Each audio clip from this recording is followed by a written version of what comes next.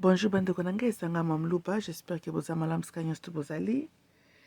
Na ye ko réagir pe na ba événement ezoleka na mboka, c'est vraiment embarrassant. Nazomona ndenka bino pe bozomona comportement. Il y a UDPS. En tout cas, je suis au-delà de moi-même. Nayebi te o basenzi oyo bauti wapi. Baluba. Bolobaka na biso awo Moluba za muto intègre, Moluba tanga, une fois Baluba au pouvoir. Mais ce que nous sommes en train de témoigner, eza nini. Hein? Chilombo, ata kutu bakoko no bautaka Malawi. Ndeyo lobi ke tikana saboter alors le Zaïre yango. Boyebi c'est que moi je ne comprends pas. Na bino pe balubo a IDPS, na batu qui pas force de frappe, c'est pas progrès, c'est pas bloqué ni wana. Vous êtes en train de tomber dans le piège. Il y a famille moko étrangère, bazo ko manipuler bino. Chilombo, à part kozala muto Malawi, azane pe belge. Tangu masu ko yindawa, akokanga bisaka na ye azongine na Belgique ndenge babanda kosala po bango bamesana na ki exil na bango. Bino bokokende wapi? Palais du peuple bino bozo buka bozo bebisa. Êtes-vous le seul Congolais? To maintenant to kita. Hein? Ye Etienne oyo bo adopta comme patriarche na bino. Ye abimisaka ta 1 franc atonga palais du peuple wana. Palais du peuple na mobuta tongela kiango bino ezambo ezali mbongo ya bazairwa ezoko représenter tout zairwa ezanda ku ya zairwa nyonso. Siko na droit nini bino balubo basenzi oyo bakuluna oyo bomi mona lokola zairwa na ezali bino na bino bokende bozoko buka muto kolobelo côté. Ça c'est quoi? C'est comme affaire, hein? Ce qui bokokai ko bimisa énergie oyo Bokena ngo kuna sika M23 azali po na ba donc guerre wana sila, ça serait mieux. Kasai na bino sika bo uti. Bozata na mayela ko bandeni boko tonga Kasai na bino na bo stabiliser ngo. Boye ko sala exode na bino na ki réfugié na bino na ba région mususu, y compris Kinshasa. Oui, Kinshasa na mameza la kapé ya bino te, bien que c'est la capitale, hein. Mais boye na ki busenzi na bino en train de saboter. Je vais vous répéter, bino balubo bo tomber na piège à IDPS ya Chilombo oyo, hein. Bandeko nangai.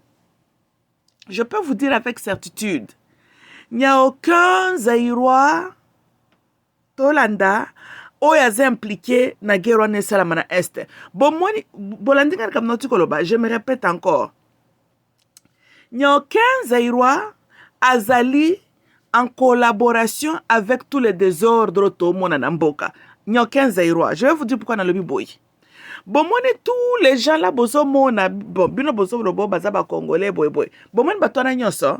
Ceux qui bolandi si borgine na bango, bato bazali ko bomisi sa ba congolais, bato bazali au lit avec des groupes rebelles, bato balingi kaba déstabiliser mboka. Ceux qui bolandi si borgine na bango, eza bato sot ba belge bayaka na bango. Ou bien na ba jour moderne ou peut-être ba parents ba utaka quelque part ma botami na Congo azolo ba langue a koliwana. Il n'y a aucun Congolais 100%. Uta ki bukoko na qui est en train de déstabiliser le pays. Ceux qui bolandel bango nyonso, que ce soit le Joseph Kabila, même s'il est le fils biologique et Laurent, mais qui était sa mère, Tolanda. Olive Lemba, comme Sabato, nous sommes nés ici, nous avons grandi ici. Olive, il faut amener ces raisonnements-là qui sont en France. Hein? Amène ça dans la nation basée établie sur idéologie. Tokani, Congo n'est pas une telle nation. Tolanda, voilà. Koyela biso babiloko ate parce que moni langage na wana Olive. De ma campezo bo mabiso na mboka yango wana. Yo yebi bien. Supposons que tu es zaïroise et que tu aimes ce pays-là. Mais toi, tu connais que tozana groupe ya batu moko bami bengi le banyamulenge. Leur argument est la canine. Que babota mi bakoli na Congo Zaïre, n'est-ce pas? Mais attendez, être né grandi na Congo Zaïre ne te rend pas zaïrois comme tel. Parce que le banyamulenge là, oh, c'est vrai. Babota mi bakoli na Zaïre, ça c'est vrai. Mais tangu guerre salama entre le Rwanda bazo envahir le Congo Zaïre. Banyamurenge babundaka na ngambu ya nani? E bazo bunda na ngambu ya pays ya origine ya baparents na bango. Tozolanda, Avez-vous vu un Banyamulenge azo sala ba marche azo défendre intérêt à Congo? Hein? Si bafanda kananya d'ailleurs, tomona kutu les Banyamulenge en train de faire la marche pour revendiquer leurs droits à eux, les Banyamulenge. Bazo senga minembwe. Balingi ba Congolais batika bango tranquille. Et puis bazo rappeler biso que oui bautaka Rwanda mais nani minembwe ezale pa ina bango. On ne voit pas les Banyamulenge être révoltés par les attaques et cette guerre oyo ezali menée contre le Zaïre par Rwanda. Les Banyamulenge batele makatin, Banyamulenge ba marchaka po na makambo esalama na esto anesila te, ba fandi sui, ba ota l'intérêt na bango. Et quand un Banyamulenge doit choisir quand na ye, ba ponaka camp ya Rwanda, ba ponaka camp ya Zaïre te. Tozolanda, soko yoko ako yela biso ba logique moko ezanga tina te o ezali ko contribuer na malheur o tozomona te. Makila egangaka. Makila eza plus lourd que l'eau. Ce qui kobota makaka quelque part kokola kuna ndezo ko rendre mutu alinga mboka na 100% bosa na pays ne aborigine. Nde babiso nyonso pe tolobelaka makambo Kongo Zaïre wana te. Tolanda. Donc tu vois que makila egangaka kaka. Ato botami na Atlantika. Soko ki ke bazo maltraité bandeko na yo un jour makile ko ganga. Soko moni soi-disant congolais. Makile zo ganga te pendant qu'on est en train de malmener le Congo, pendant qu'on est en train de déstabiliser le Congo, bota la source ya makile ya soi-disant congolais wana. Et je répète ce que je viens de dire. Il n'y a aucun Congolais, il n'y a aucun Zaïrois d'origine réellement Zaïrois qui a participé à déstabiliser Mboka wana ou qui continue à déstabiliser Mboka wana. Tous ces acteurs-là, tozomona, eza batba uta quelque part. Tozolanda, ceux qui bangote leurs parents. Tolandi, hein? Même matananga wana, tokosale pe ba examen ba Aden. Parce que ceux qui nanga zala qui 100% uta ba koko na ye, sola zaki mutetela, uta ki bukoko na ye. Alingaki d'abord, azo l'élection, il y a peuple congolais appelé Sango Chilombote. Où était l'amour pour le Congo? Et le même Nanga qui va aller collaborer encore avec les armées étrangères, bazoko pese ba armement, azoko yazoko mener bitumba contre le peuple congolais, tout en tuant aussi le Congolais. Est-ce que Nanga naza Congolais? So être né au Congo, grandir au Congo ne te rend pas Congolais. Bato belo bazo koze biso tor na mboka. Eza bato babotami na Congo, ils parlent une de nos langues bantou, bakoli wana, me makila na bango, koko na ya utaka wapi. Makile ganga kakaka. Tomona Jacob na kati ya Bible. Azoeb sa descendance na bakende ko s'installer na Egypte. Azoeb sa bango nini? Que un jour bokozongi saka mikuwa nanga na mabele bakoko nanga. Bwete sozo mona ke aizalaki na réflexe koyeba kibukoko na ye. Bongo te. Combien de fois okoka Israël azolo baka kaka langage nzambe bakoko na biso? Mais ceux qui nzamba na nzambe abatu nyonso sur la terre des hommes. Pourquoi bango ba s'approprier ke pe baso ko attribuer uta kibukoko na bango? Siko na kaya Congo nde bozo yawa to pesaka bino bato yo bo uta kasi ba koko na bino ba uta wapi boye ko salela kaka Congo lokola toloba laboratoire ya bino ya ko s'enrichir et puis bozo bata masimo nous sommes nés ici nous avons grandi ici. Olive Lembe yo parce que tu aimes trop parler tkana to balukela yo to tika kyo tranquille mutema no sepela ki peta Tolanda. Yango moni nando episode depuis qu'à Olive Lembe. Bon, je comprends ton problème. Hein? Oza a deux défauts majeurs avec toi. Oza demon rat et puis oza chrétienne. Au moni les deux caractéristiques wana, oko oza maele na mutute. Tolanda. Yango no komona yo depuis osala contact avec le Congo Zaïre. Otikala kolobe loko ta moko te intelligence. Makam tu makana mnono zakaka ya buriko. Yo kitaka na Goma kuna quand ton mari était président. Ok, qu'on peut cette définition, il y a démocratie. Olive Lembe, nalo bien, yo par hasard, ba même on a tellement de temps aux mwana mukie. Parce que je pense que ton problème n'est même plus que aux alaka buriko. Je commence à croire que cause à peine à moi problème na banère, hein? Oui. Et puis que nano lobelo comme ka malonga te depuis aux alaka na mboka wana. Nano lobelo ka malonga te Olive Lembe. Tolandi, yo koloba mobile no aza père ya démocratie. Quelle démocratie? C'est par quel moyen que ton beau-père et ton mari là baye ko se retrouver na mutu ya mboka wana? Ezalaki na manière démocratique. Te tangela ngai Congolo avotaka Laurent. Bongo mobile no aka na Congo ndenge nini? Ah? Tangela nga Zairo akendaka na urne avotaka Laurent. Boni Bweko, hein?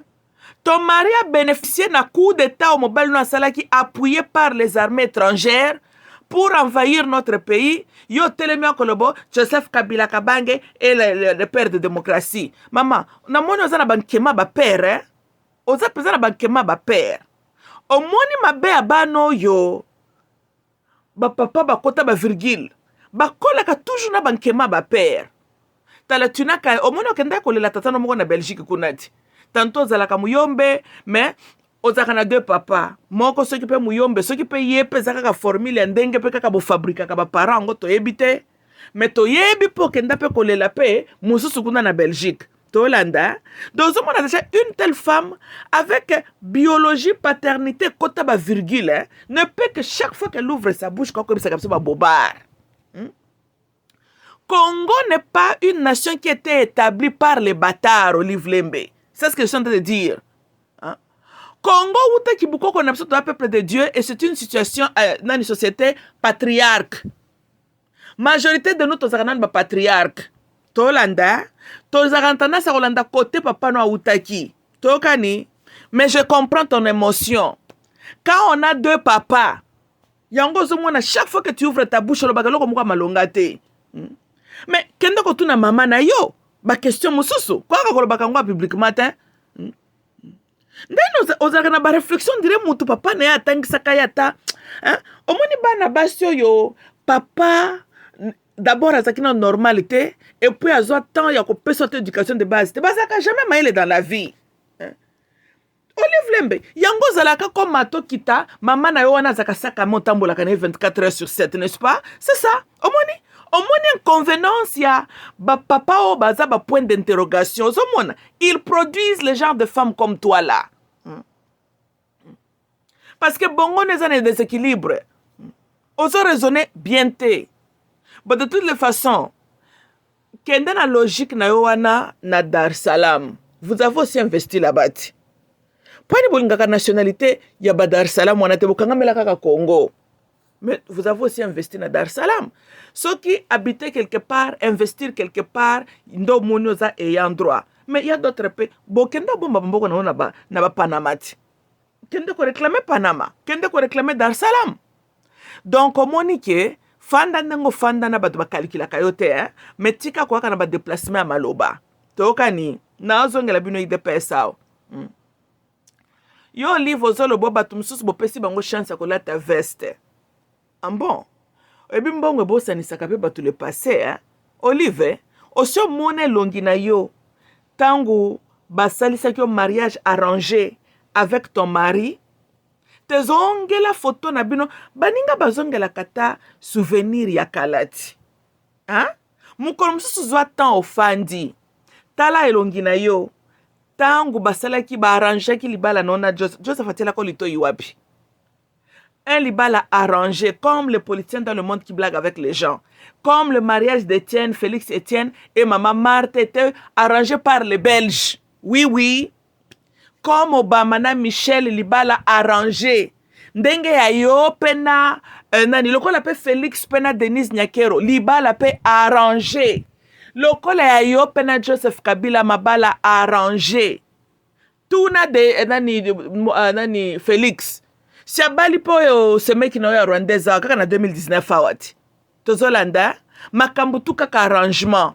Arrangement na arrangement. Kaka ndenge tata ne pasalaka balaka une zairoise. Abake ko ba belge ba na projet tozana ngo yonde to poni. To ko utiliser il faut bala une femme venant d'ailleurs. Yango moni n'avait pas de problème au Kenya, c'est pas Zambie kuna lokwa baza ba voisinage na ba Malawi, aka ko zo mama Marthe wana l'étrangère. Chilombo fait la même chose. Abotisi, notre sœur zairoise Gisèle Mpela, première mongo nationale Yuma, abotisi ye, mais officiellement, bakeko balisa ye, c'est meki na yo ya rwandaise. Ba mariage arrangé. Tolanda.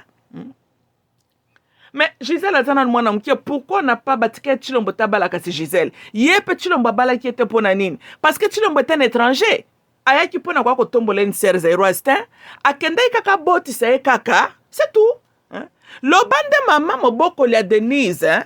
Elle ne se laisse pas faire aussi. Ndo moni Chilombo kotona nde ba temporiser ye. Mais kobala boye, tout a été arrangé pour lui. Batali si que pour des raisons politiques tala tika Gisèle et tala ba mabala na bino to ebeza ba mabala moko arrangé. Tolandi hein. Pour ce qui est Chilombo librement lingaka Denise na ye ndela kendaka pe kobota na Gisèle à côté te total biso stu ajaba na wanati. Musu sabota mi pendant que Chilombo prêté serment à babuja na kuna na parlement ce qui peut na ba stade ne kuna hein. Donc au moment na kasaki na Denise ba sa ne campagne électorale il y a formalité. Hein. Côté bisengwa lola na Gisèle bongo to mona ki elongia mwana na biso na te kolongola te ko bakisa te encore bano papa soka beti virgule à côté bana na babima kaka photocopie elongia papa ou bien soki moyeta ke ko kaka mutu moko na famille ya papa comme ça boko ta doute te talaka mwana na biso wana photocopie Etienne tolanda photocopie Etienne kolongola te ko bakisa te. Mais ce que tu as dit à moi, donc pendant que Yankyo a prêté le serment à Buja, à ça, c'est le désordre. Tu l'as dit, hein? Donc, mouté maneza quelque part, mais formalité, et c'est pas Denise Nyakero. Tu as dit que Bamabala n'a pas été Bolaka. Bamabala convenience, Bamabala pour une image publique. Le col a Etienne, le papa de Chilombulombo. Abalaka, une femme, Kasayen, Baboti Naye. Mais le col yepe étranger. Chilombo alandika le col tata naïti. Pour batona bazaka na amour na bisoteza makambo ba étranger. C'est que je suis en train de dire, hein, Bozomon a le pouvoir et la puissance du sang. Ils viennent, ils blaguent avec nos sœurs, ils blaguent avec nos mamans, mais pour une formalité, il y a des raisons politiques, ils vont chercher les femmes étrangères, mais qui peuvent s'exprimer dans nos langues, présenter comme nos premières dames, ceci, cela. Alors, oh, ya Zairoise batie na l'ombre. Où est la première femme de Tienne Tshisekedi wa Mulumba? Gisèle Mpelalelo azalaka, bomona kaye sur na circuit. C'est ce que ces gens-là font. Et on nous montre chaque fois cette Rwandaise-là comme la première dame. Kakandenge tienne pas l'exhibition la Zambienne comme sa femme. Arrêtez de blaguer avec nous. Tozolanda. Tosto comprena numéro nabino. Yo Joseph atela ko lito iwapi. Ah, comme quoi kotala. Tala, ceux qui sont disant, Congo ya kana libabe, Olive Lembe. Comme benga kate ko zala ki première dame ya Congo. Yo tala kapenza mboka wana. N'esprit a bien. Ni tete vous le demon ratio tuba kafari ya pamba pamba. Est-ce que yo, na mobali no, dans un univers parfait, beaucoup za la présidente na première dame ya mboka wana? Te, zongi sa film, quand on était le grand Zaïre, yo, na beau-père no Kagame, bolinga ki bozala ta na segonya ko fiakula bambanga na bino wana? Sika Paul Kagame votre parrain, sazaki ko yana zera zo kungunza mela Mobutu. Na oyo Museveni wana. Mais Mobutu nde mutu asalaki Museveni wana. Ti Museveni azaki soda Idi Amin ti. Hein? Tala batoto sala, Zaire sala bino. Hein? Beau-père na yo super parrain na yo Kagame. Lelo atiaka mnaka. Rwanda bazalaka ta na école.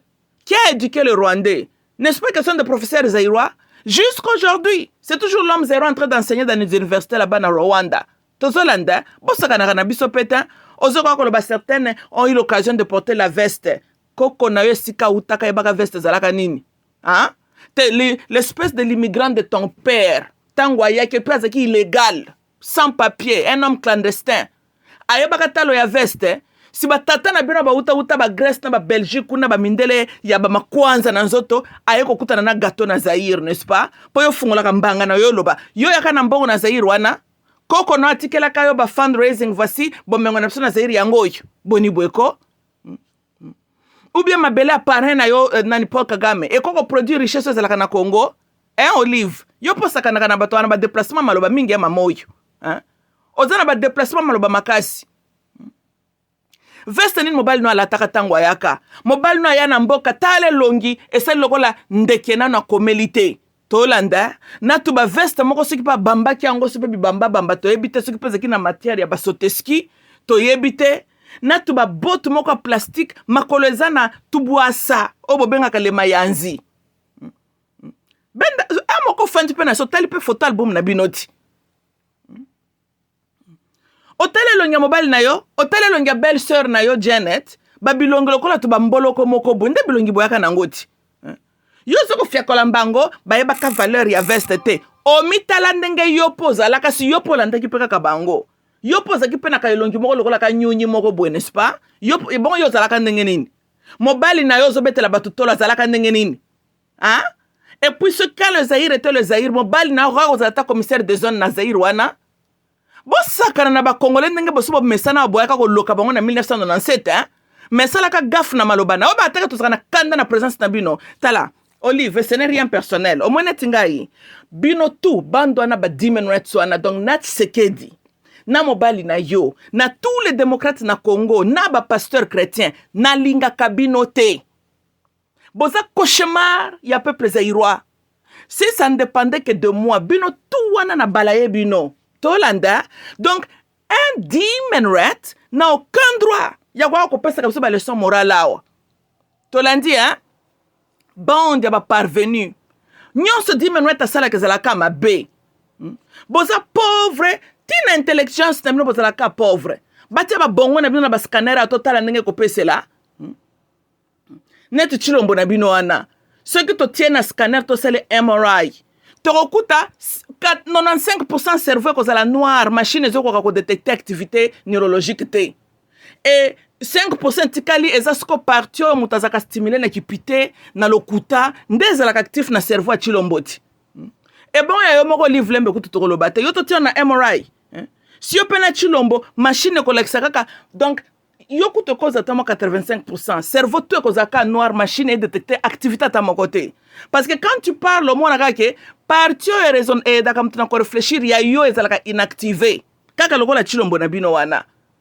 on espace ko lobela ka batte Olive et puis hein Thomas tu peux n'entendre même en tant qu'une africaine te to tiens non nassé même en tant qu'une africaine que tu sois rwandaise que ton mari soit rwandais ou pas on est d'abord des africains tu trouves ça c'est plaisir il y a qu'on rappeler les Zaïrois que Batumusus Babaka ta valeur ya veste te admettons que ton analyse là est vraie mais c'est parce que le pays était oppressé par les mêmes gens qui ont appuyé ton beau-père pour ne pas déstabiliser Mboka Tolanda on exploite la richesse du peuple zaïrois et toi tu as l'audace à quoi qu'on rappeler Zaïrois ndenge Babaka veste te Babaka veste te ba oyo zo mona wana mais Mboka n'est-ce que normalement Zaïrois ko ba pris veste te na Mboka wana hein ezali po ba politicien miyibi n'est-ce pas et puis yo lokoni nyoko pesa ba Zaïrois Olive ozolobo mon mari a donné la chance ni mobile no apesa batu ye moko nanu mutali babe siko chance ni nyako pesa batu yo monite que depuis le 17 mai 1997 boyela kabiso libabe na mboka wana mais tala ta peuple congolais akoma buriko peuple na zaka buriko niveau yote c'est grâce à vous bino boza bauteur qui buriko peuple congolais Zaïrois zalaka ta mwa mayele les gens ne respectent pas le congolais congolais za na beaucoup de comment décrire ce peuple nanga moko naza na comprendre kate bato ba yela kabisa bato moko ba utaka na forêt ce qui peut quelque part ba kosi baza ba congolais to zaka nanga pe na comprendre kate mais est-ce que n'importe à Zaïre to zaka na ba congolais to zaka na ba citoyen lo lengo to monoy to zalaka na bango te tina beauté na biso physique nyonso boki ko corrompre parce que tale longi no ndenge zalaka tale longi mobile no na belle sœur na yo ndenge nini homme Congo Zaïrois zala a maintenir beauté na ye ndenge nini femme Zaïrois a maintenir élégance na ye po tala non kaka yo moko pendengo zalaka to landa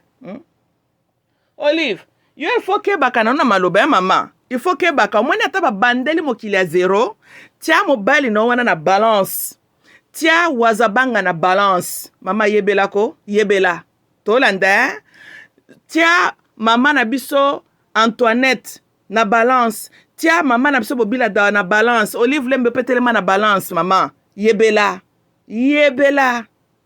Tolanda tu ne fais pas le poids Tolanda na yo na mobali na yo na libota na bino bomba vous ne faites pas le poids Tokani bozali famille à circonstance hein buzo ba Zaïrois balzaki koluka Moïse Ndebo et Laurent a profité à Yakinamboka na étranger. Mais tu ne fais pas le poids Olive, ni toi ni ton mari. tolanda bosalaka poate bo méritaka mboka wana te eza au-delà de vous eza mboka niveau na bino te. Donc la prochaine fois kolingi olakisa bato ndenge mobali no asala bato, mais il fallait que misala nanu ye moko te lokola mobali no aza na mayela kobongisa bato, il fallait pas ye ata normalite na bien. Zwa image ya Mobutu na âge à 29 ans, zwa image ya mobali no na 29 ans, tous les deux bazoya kokota na pouvoir. Tala wazabanga ndenge za kopesela, tala mobali na yo tolanda yo za espace okolobela bato ao, hein?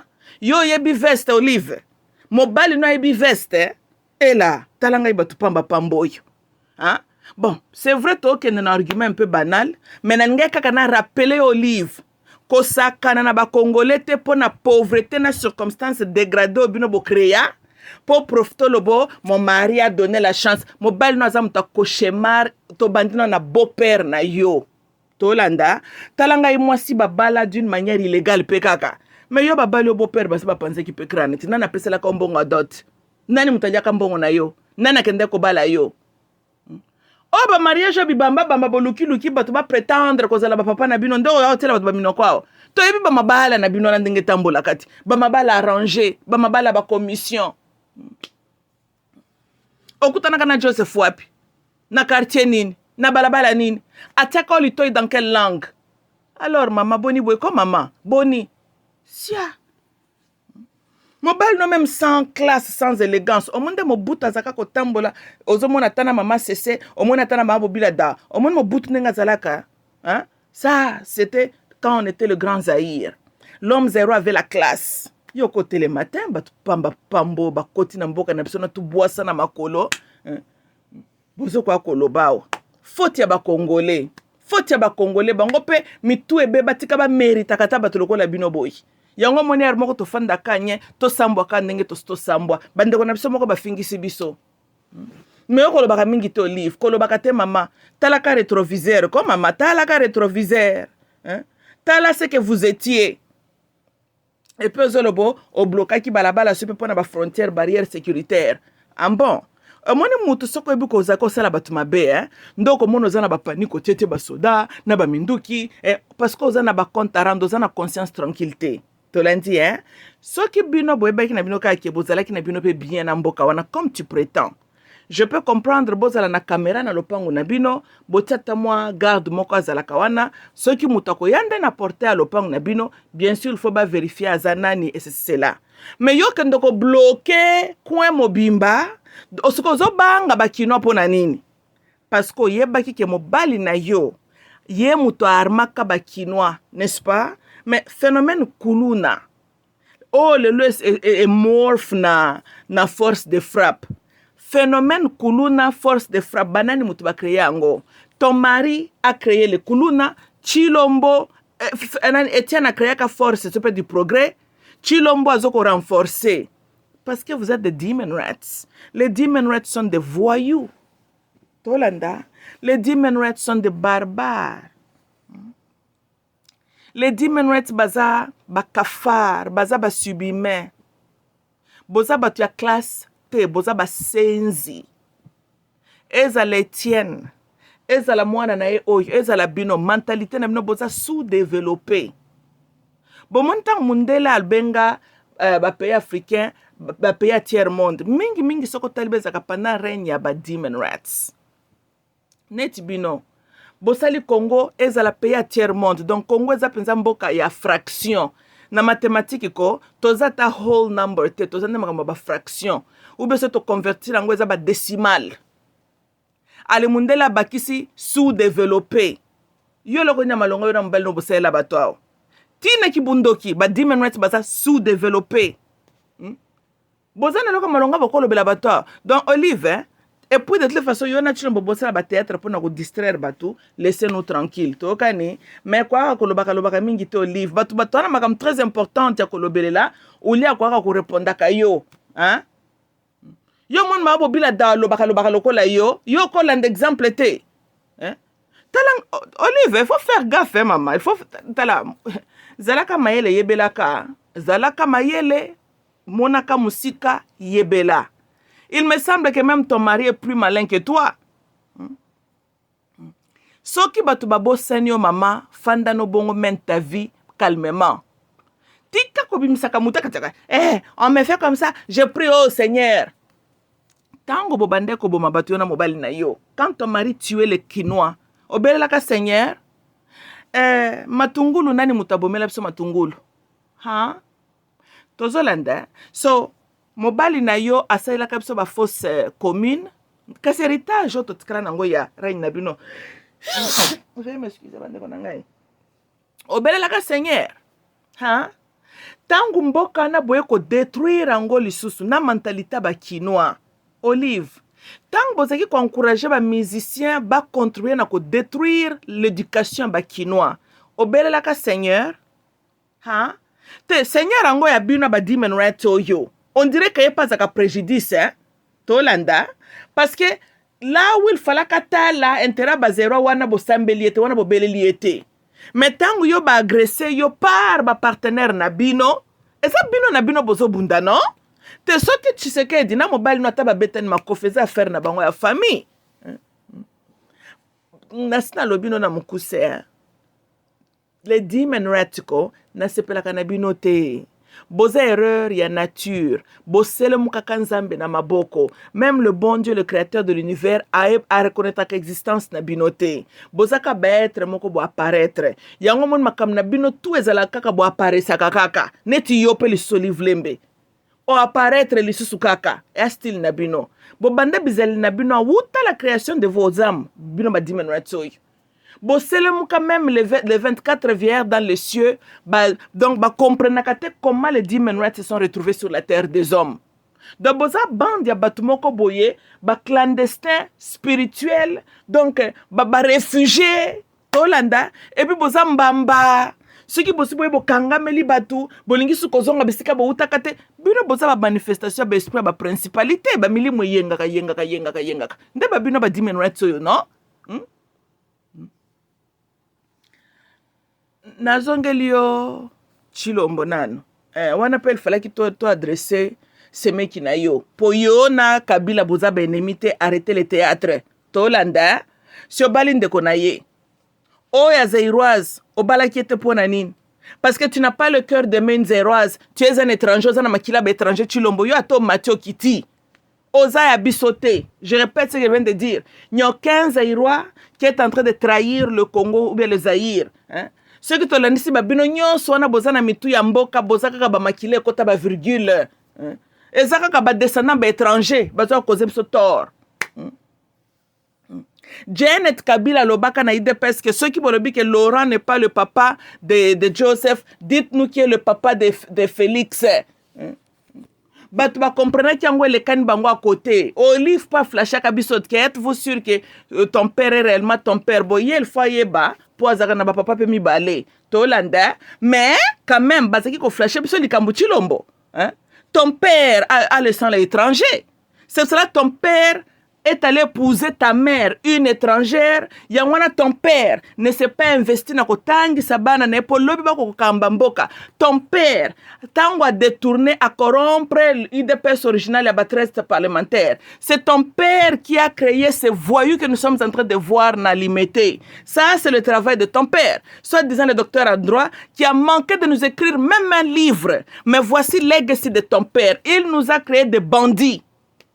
Tolanda, sabotage parce que le sang qui coulait dans les veines de ton papa, ezaba euti na mabele ya Congo te, euti na Malawi. Vous n'avez rien à gagner na mboka na biso, vous n'avez rien à perdre na mboka na biso, boyeka ko utiliser ka biso. Na mabala na bino arrangé. Po bobo tabana epesa lokolo mwana mboka, Congolais pe lokola ba lokaye uta komaka démocrate. Atalia se contempler o ayebi adresse na bino sika okola. Le pango alimete ya bino. Tata no investissaka na Zaïre wana. Boza ba locataire donc bino bozaka ba descendant ba Kayen. Kaka ndenge nzamba pesaka Kayen espace te. Kayen azaka mpepezo ko yenga. Tata na yo même chose. Il n'a jamais été stable na Zaïre wana. Wapi adresse à référence. Moupepa Kaina, bozaka na Belgique, bozongi boy. Mais na Zaïre wana vous n'avez jamais été stable, vous n'avez pas implanté une fondation na kati Zaïre parce que boyeba ki makila na bino za makila étranger. Boyeka ko exploiter le peuple zaïrois. tala neti yo Tshilombo mutema mabe ok ko signer accord d'abord illégal yo lobi tata no azaki docteur en droit quand toi tu es en train de signer les accords en tant qu'un candidat présidentiel mais on a des infractions. Malheureusement pour nous, les parlementaires on a bazana bango pesus bazaba human rights mayele sili parce que human rights zangambu ya bato mayele sala kasuste ba cerveau na ba MRI za tout noir, il n'y a aucune activité neurologique dans les têtes des démocrates. Tolanda yangwana moni moyeba bengisa yo na Sénat kuna okende ko justifier ndenge ni nyo signaka ba accord tu engages le pays pendant que yo zalaki candidat présidentiel. Donc au moni que ça appuie la notion que tu as triché les élections wuta na 2018. Mais yo ndenge nyobe que yo ko gagner et tu signes ce contrat là na qualité ya qui? Parce que tu n'avais même pas encore gagné. Le Congo n'a pas deux présidents au même moment. À l'époque, c'était Joseph Kabila qui était le président en fonction. Mais toi, tu es allé engager le pays avec le M23, Ndengeni, na qualité nini. Et tu sais pourquoi tu as fait ça, Tshilombo? Parce que tu n'as pas l'amour de Congo na kati ya mtema na yo. Parce que le sang qui coule dans tes veines, ezali makila ba étranger. Yangwana, tu n'avais aucun problème. Yarokende lisusu ko fungola la porte pour que les ennemis nous fassent du mal. Parce que tu n'es pas le nôtre. Yope Olive, hein, arrête désormais. Ce n'est pas parce que m'ta bota me akoli na Zaïre qu'il est Zaïrois. Tolingi subiloko wanate. Nyo 15 Zaïrois de père et de mère azoko zebso tore. Zaka kaba makila moko utaka quelque part. Tobaye bino. Malheureusement, kaka peuple yope lisusu. Parce que ceux qui Zaïrois, ceux qui Congolais, c'est moins normal, moukié. Fallait qu'il va bouter le système. Bino nyonso wana Tshilombo. Na yo na bakabila bino tout boza ba tout foudre dehors, c'est simple que ça. Yo Olive Ozoba vous allez résister, yo ko résister en face il y a 20 millions de bateaux. Eh bateau msina mukili yo na bagati Olive Lembe.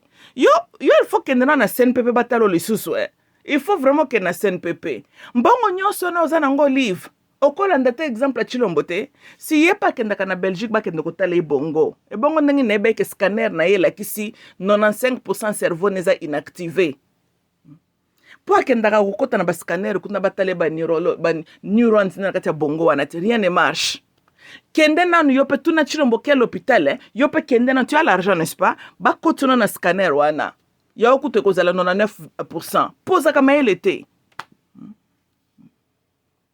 Tu t'es contemplé na position no ba Congolais ba ka bazo fukamelo bazo kolela ba ayant droit ata mutema maweza kate Olive si yo sepela ki yo kabela kande ba Congolais mbongo na bango moko n'est-ce pas pendant que bino bozo yibasu ya ebele et na manque d'amour que vous aviez tant bo créa ka ba kuluna quand vous étiez en train de théoriser les Quinois wapi ba prière no ko belela ka justice ya Nzambe sala ki wapi.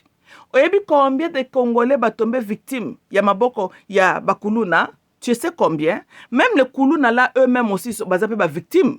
Tolendi hein. Aussi belé yango Seigneur.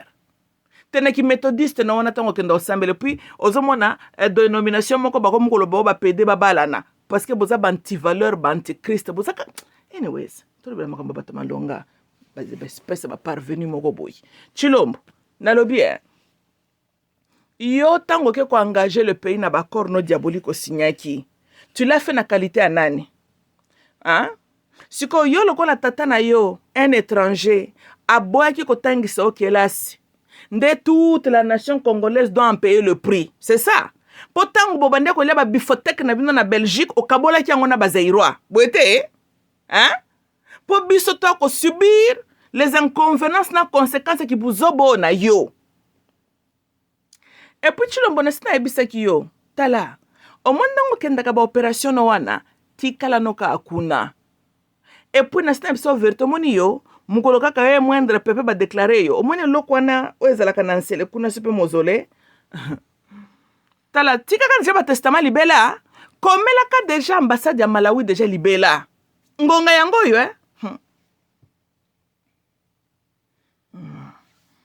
Donc yo bongisaka déjà pas avion militaire hein. Potango zo yindela yo.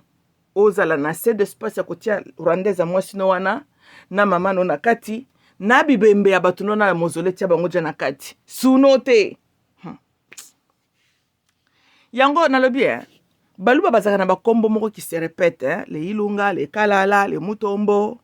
Ndenge nini na Zaïre wana mobimba. Tshisekedi azalaki na ndoi te. Ha Chilombo. Sel batu baza ba Tshisekedi ezalaka batu ya lignée ya makila propre de ton père. Kombo na Tshisekedi euta wapi? Parce que toyebi ke na Malawi baza pe na bakombo qui sonne kassayen. Oui, oui, na Malawi il y a aussi les Kalenga là-bas. Il y a aussi les Tchani na Malawi. Sikoyo yo tatana yo bazeirwa boko melangai. Bosubo yo kazeirwa kombo Tshisekedi à part Etienne na famille na ye et puis famille na ngoka ya bandeko ya bana na ye. Ye Tshisekedi azalaka ndoi ya nani? Celle kombo eza populaire eza Mulumba et puis ba defa ngo ko defa. Tolandi Siko Tshisekedi azalaka na ndoi te. Nya aucun autre Congolais na Kasai wana Zairwa na Kasai o kombo pe Tshisekedi azalaka te. Si te pes botelema kia Oman Fayulu azana bandoi te, azana ndoi te. Mais Tshisekedi a pas Tshisekedi kombo na azalaka pete na Kasai. Parce que boza ba kuya vous êtes des étrangers. Parce que les noms kassaïens tokokuta kayango ata batu baza famille mais okokuta Ilunga, okuta le Kalala, okuta le Mbuyi, okuta le Mbiya, ozomona bakombo bakasayen.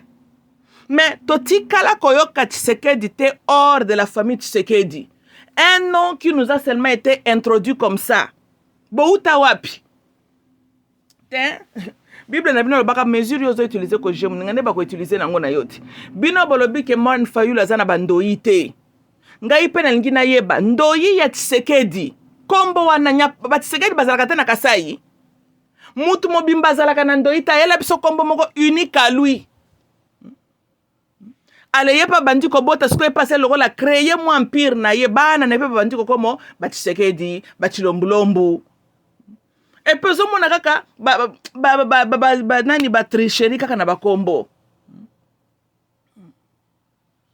Toyoka Chilobo. Première photo ka peso Chilombo. Tozolanda. Dozo mona kaka ba fabrication. Oui oui. Nga kutne bandel tamba ba Chilobo. Nga na kansa Chilobo sope Chilobo. Nzoka ndeza ta Chilobo te Chilombo. Premier Chilombo peto ka na Zaire ye wana pe kaka Félix Sango. Mais normalement les baluba bazaka na Chilumbai ba Chilobo Chilombo c'est ça ka ko mutuna bisoyi.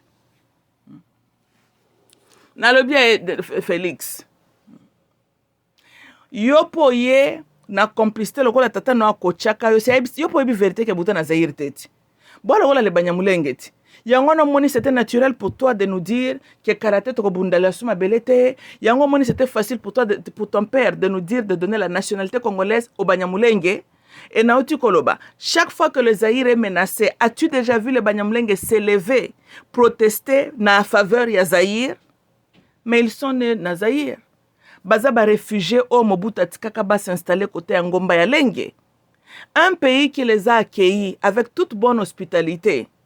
Chaque fois que ce pays-là a été menacé, les Banyamulenge, dont nos visiteurs là, Babunda Kanaka Banani, ils ne sont jamais battus na faveur ya pays oyo yambaka bango. Tolanda. Et yo soko zalaki makila na biso uta bakoko na yo. Sironga ko zalo comprendre lo kwana ki mupaya zaka mupaya. D'ailleurs, tu allais encourager que le Kola Rwanda pesa na ngo musikate, Banyamulenge maintenant batuti bazana pouvoir, maintenant vous pouvez retourner chez vous. Et ngaka za la première démarche non ngako sala yango wana. Guerre za la kasusu te. Basi ba oppressa ba utu kunati, n'est-ce pas? Rwanda zaka na ngambu ya balabala bakoko zonge pa ina bango ezakutu ba tracasserie ya milai te. Omoni ndenge président Burundi ateki batuti na camion akeko tika bango tina frontière ya Rwanda. Yopo ko keko sala yango otele Banyamulenge la dans un camion. O comme si bango tina frontière Kaboli Zaire na Rwanda bakiti ils retournent chez eux. Bisika ba utaki yango wanati. Bayaka na makolo yokutu ngola kisa bango gentesse ozongi bango na camion. Mais tu ne l'as pas fait. Parce que yo mokope, papa na yo pe. Bazape batu bayaka basinstallaka peka na Kasai ndenge wana. Yango na bandeli lisusu Nya aucun Zaïrois qui est en train de trahir le Zaïre. Tous ces gens-là, bino nyonso na bachilombo, bozakaka bamakila étranger boye ko envahir mboka na biso. Ceci dit, peuple Zaïrois, boye ki mamulu bandenga talisi bino, c'est à vous de vous lever pour que le système est tombé. Naef sakabino chaque fois. C'est vrai, bon mon elongia Chilombo. mais à Tachilomboakeyo, on va lui remplacer avec une autre personne. Et ça, même idéologie, on est continuer. Il faut déraciner le système. Et puis, il faut plaider que plus jamais encore na sol zaïrois, un demon rat peut le suscauser poste suprême namboka nabiso. Plus jamais les sous et demon rat peut même devenir au chef du Sénat. Batbaza libre, oui, parce que même nous les républicains, à Tanzanie, il azalaka démocrate. Bon, en fait, il reconnaît la démocratie, le libre choix.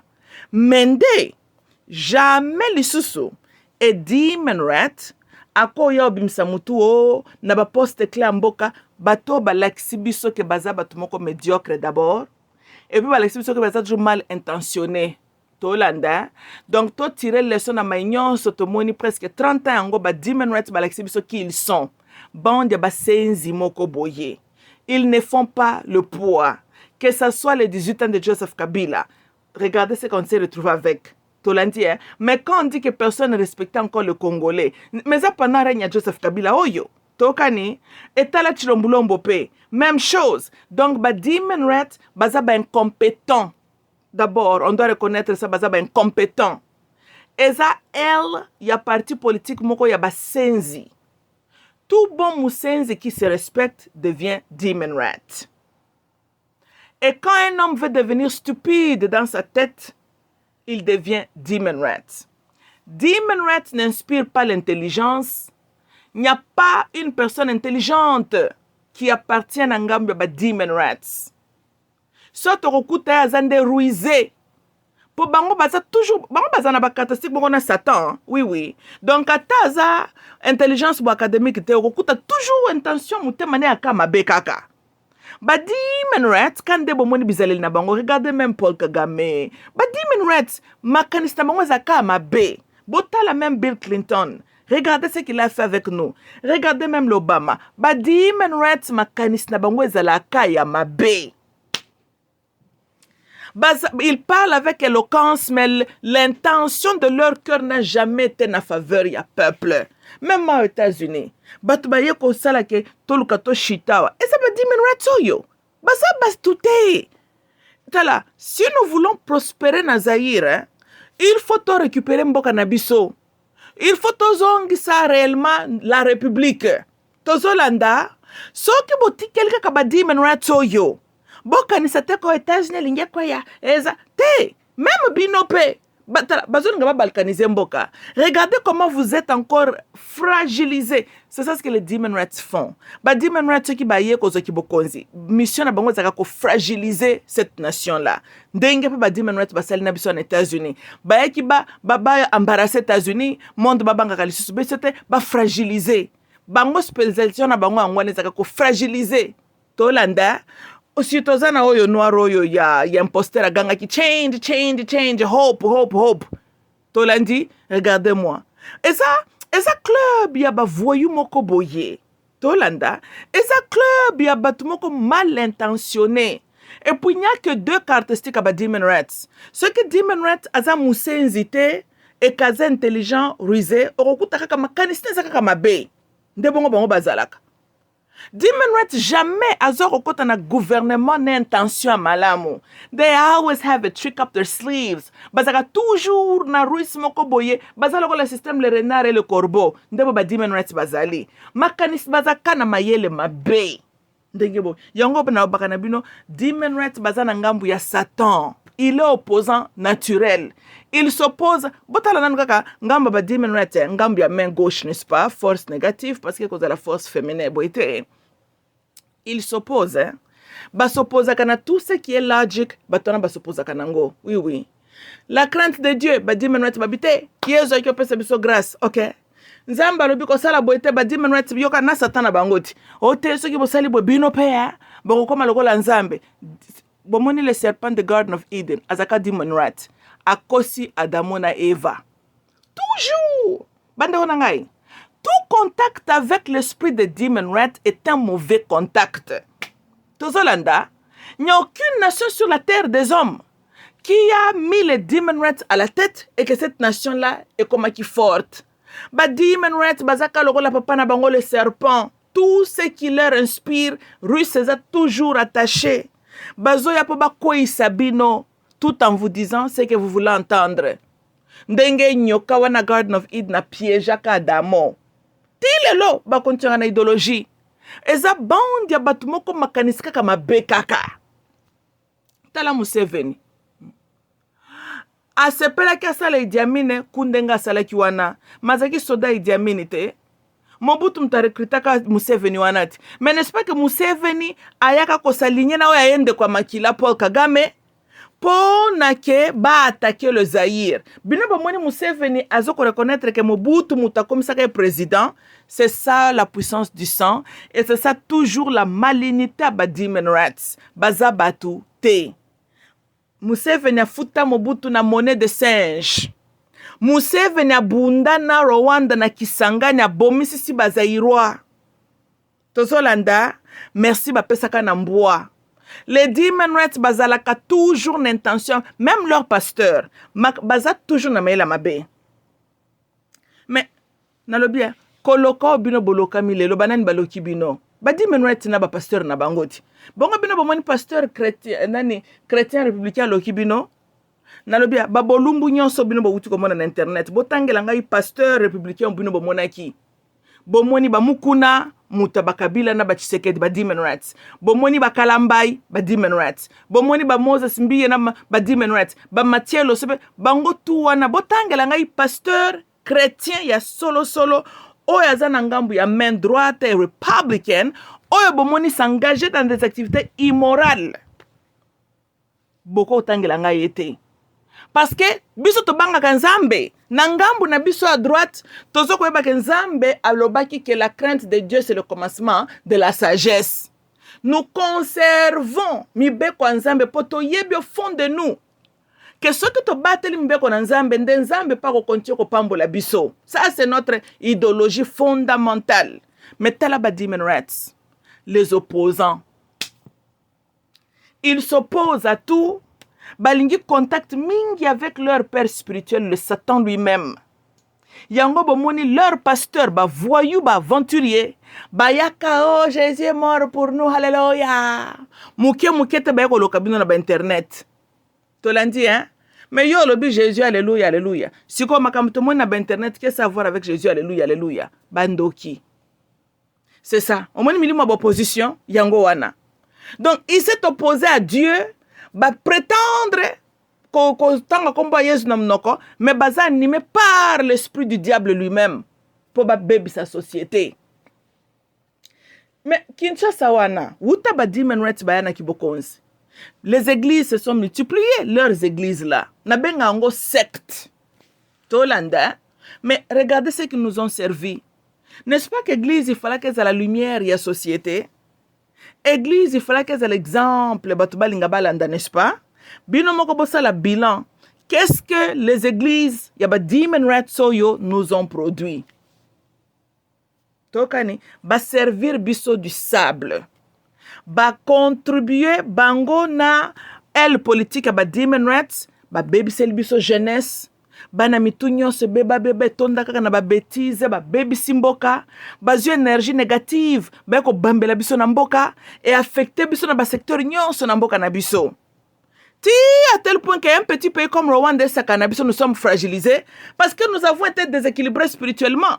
Parce que c'était ça l'objectif. Il y a un pasteur na bango na ba chantre na bango. Bango bazo attaquer bino spirituel. Côté politique, ba tuloko ba chilombo na ba kabilo bazo attaquer bino côté politique. Mais ba travailler ensemble. Baza ba partenaire baza ba tuloko moko.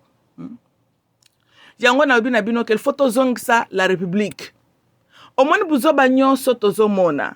Même regardez comment il se comporte tala.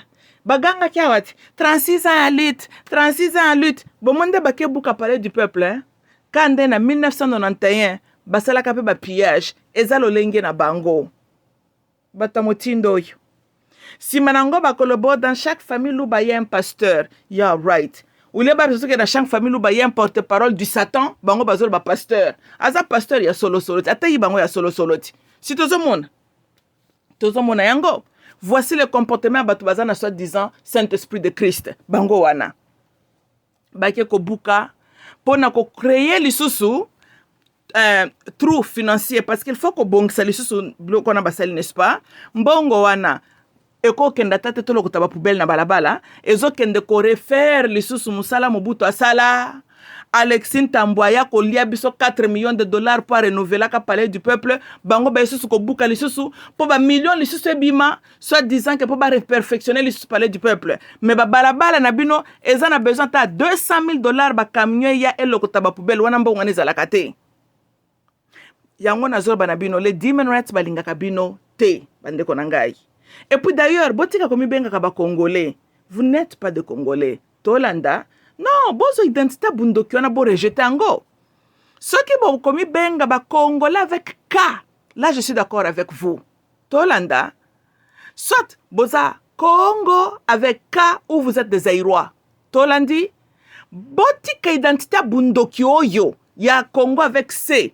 Ya ba demon rights oyo. Tanenge tiana sakai na bino.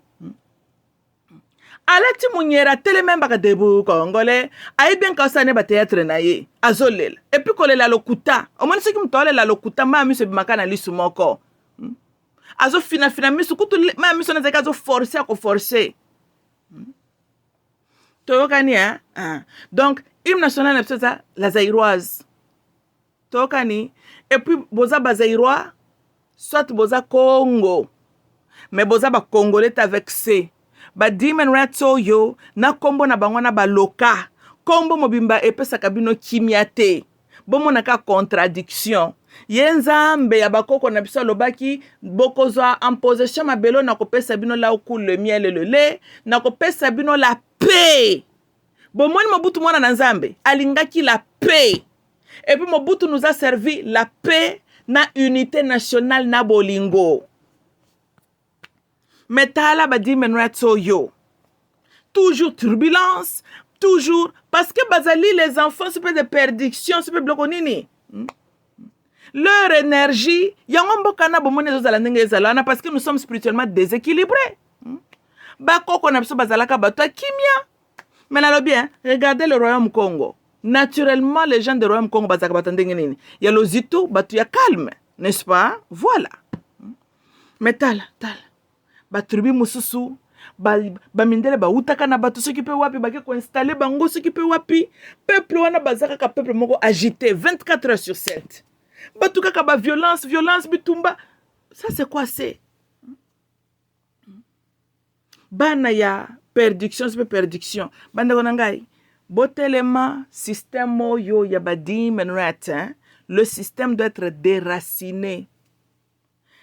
Et puis pendant que bozo déraciner bango na kombo na bango a Congo bakende nango bisika ba utaki nango tolanda na ba pasteur na bango bo épargner ata mutu moko te bo sa l'erreur Russell a sala kité nzamba lobi na Russell kende ko sila na ba malakite ba kozaki du tort à mon peuple ya komi kuna épargner quelques-uns tolandi bo moni mutoyo ki bo konzezala ki na yete akendaka toujours ko signer accord na ba ennemi na ye. Nzamba lobi élimine ba ennemi wana yake ko préserver misusu lokola chilombulombo na bino omoni ki pouvoir ya ki moyibi ki pouvoir ya tu n'étais pas l'ayant droit okomona kaka mutu mais ça c'est l'opportunité offerte cette histoire avec Rwanda to akei ko pesa susu Rwanda ba beki parce que c'est un étranger lui aussi ezaki bokonzi ki oyibela tolandi yango ngai na lobi boy.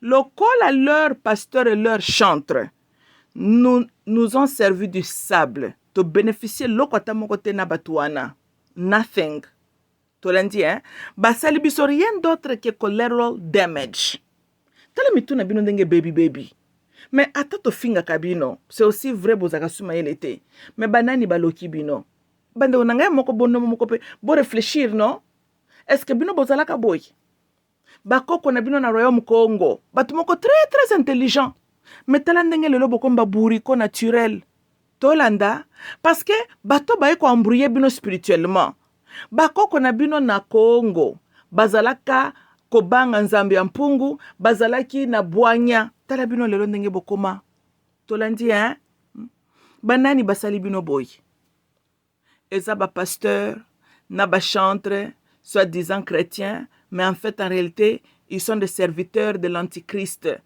Tolandi, hein? Yango moni chilombo ya kimbangu papa ye na Kinshasa. Na ebisaka bino depuis kalake mwana mobali oyo aza na kati ya plan ya ba globaliste ayeli ko servir bisote. Mutnyos, bomoni nga nazalaka na nga zairoise, hein?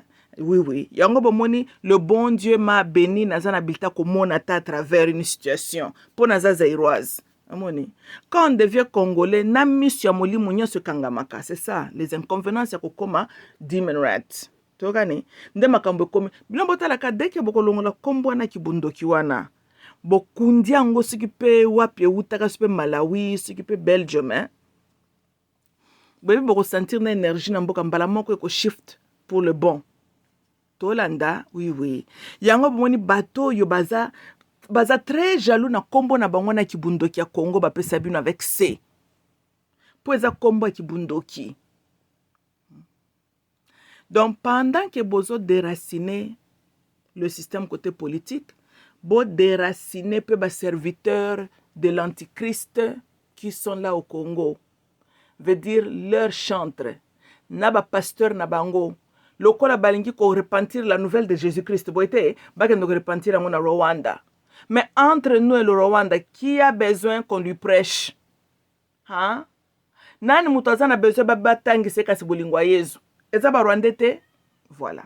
Donc, bakende kuna, je suis sûr que Paul Kagame na ba Rwandais peuvent bénéficier na évangélisation na bango. O basali biso na Congo esi koki. Tolandi, hein? Toza pe banalphabète te tokotanga Bible yango biso moko. Nzambe ye moko ko éliminer biso ko lakisa biso makambo spirituel, c'est lui qui nous apprend. Bango bakende nan côté ya nani Paul Kagame, bakende côté ya Museveni. Bino bozalaka deja na nzala. Siko ba continue kaka toyemba Yesu akosala boy. Nalobi yo soka intestin na libumu ya motu. Elobi eko réclamer te po yo tie lika Yesu akosala. Mata ye Yesu ajenaka 40 jours 40 nuits, mais 41e jour ali akit.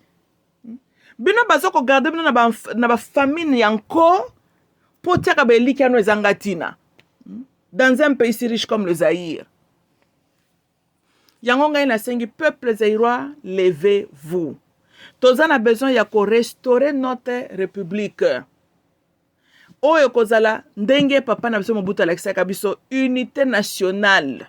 Tolandi, hein? Et puis tozala na bobangi nzambe. Totambola na droiture.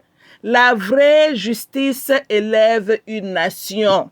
Makambo ya mbilinga oyo ba demon rats oyo bato ba elbiso ba mababe moko ezalaka te sur tous les plans. Bato mobimba bazali ya kotengama sur tous les plans. Tolanda, tozongisa république, tozongisa droiture. Nous sommes un peuple de Dieu.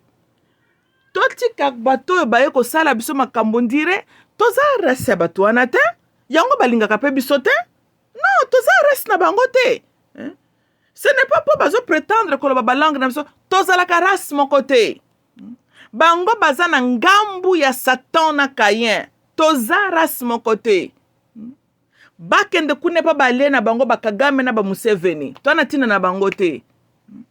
Mais bandeko na ngai, sauvons notre Zaïre sous notre république ekei. Tolandi, hein? Sauvons notre pays. Bato ba batute to restaurer la république. Et plus jamais les sous na mboka wana Zaïre. Et demon rat akolota kataza la président na mboka wana. Plus jamais. Nous n'allons plus jamais encore. Bomoni makambalaksi bisoti. Bomoni bango wanati. Bomoni, hein? Voilà. Donc balaksi biso ekoki. Totombeli bango, merci. Maintenant il est temps bakende. Bango nyonso. Na yepo olive. Soka sepel ta pikola na villa na ya kende nango. Tolandi, hein? Tout le monde a dit bango na mabele na bisote. Bakende. Mutu na mtako bako ya besika ba utaka. Monsieur ba na shwate ba kendo ye ba besika batata na bango ba utati.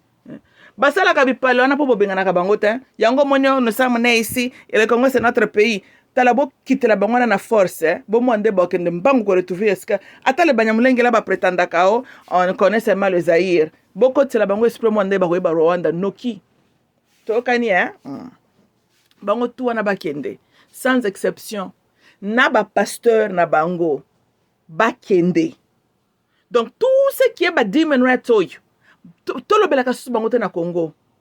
On en a marre, trop c'est trop. Ngande na zaboyeko bon babaka muyaka moka fingsa ba yaka nyonso hein. Oui tout ça le système ko généraliser bango. Tous les human rights na Congo et ça la human rights chrétien bakende. Boya te ko me oyo tel te na ba pasteur na bango tout na bazana limité bakende. Donc tout déraciner tout bakende.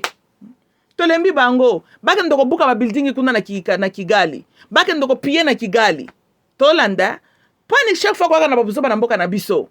Et puis Chilombo kufelaka kuna na Belgique siko kufi ou bien retourne na Malawi koya susu na mboka na biso te.